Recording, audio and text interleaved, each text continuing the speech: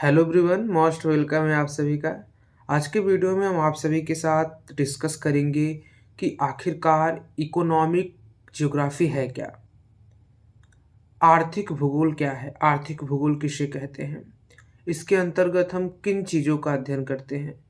तो आर्थिक भूगोल एक ऐसा भूगोल है जिसके अंतर्गत हम इस विश्व में लोग, संसाधन, उसके बाद हमारा उद्योग हो गया, कृषि हो गया, यानी इस पूरी दुनिया में लोग, संसाधन, हमारी उद्योग, हमारी कृषि और मानव की अन्य गतिविधियाँ कैसे और कहाँ और क्यों वितरित हैं।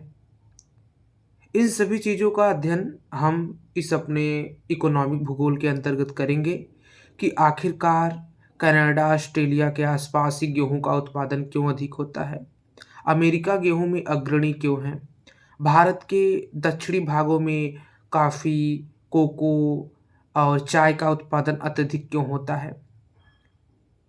तो ये एक भौगोलिक कारक है और आखिरकार ये उत्तर प्रदेश में इतने कम उद्योग क्यों स्थापित हैं, मुंबई को क्यों पैसों की नगरी कहा जाता है, आखिरकार मुंबई में इतनी ज़्यादा जनसंख्या क्यों है, लोग गांव से शहर की ओर पलायन क्यों करते हैं।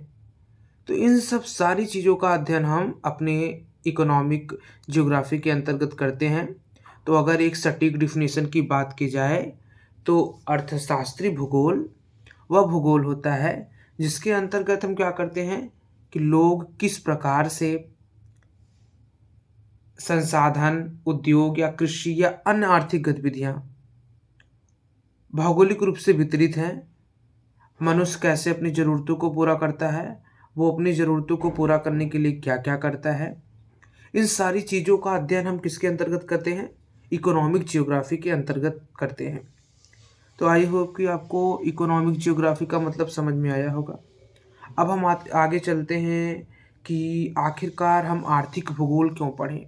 क्या इम्पोर्टेंस है इसका?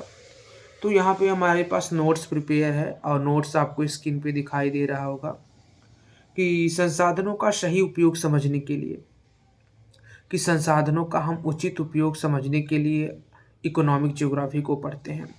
दूसरा है कि अर्थव्यवस्था और क्षेत्रीय विकास का ज्ञान, यानी हम अपने इस इंडियन इकोनॉमिक को समझने के लिए और क्षेत्रीय विकास यानी जो ग्रामीण स्तर के जो पिछले इलाके हैं वहाँ पर विकास करने के लिए हम क्या करते हैं, इकोनॉमिक ज्योग्राफी को पढ़ते हैं।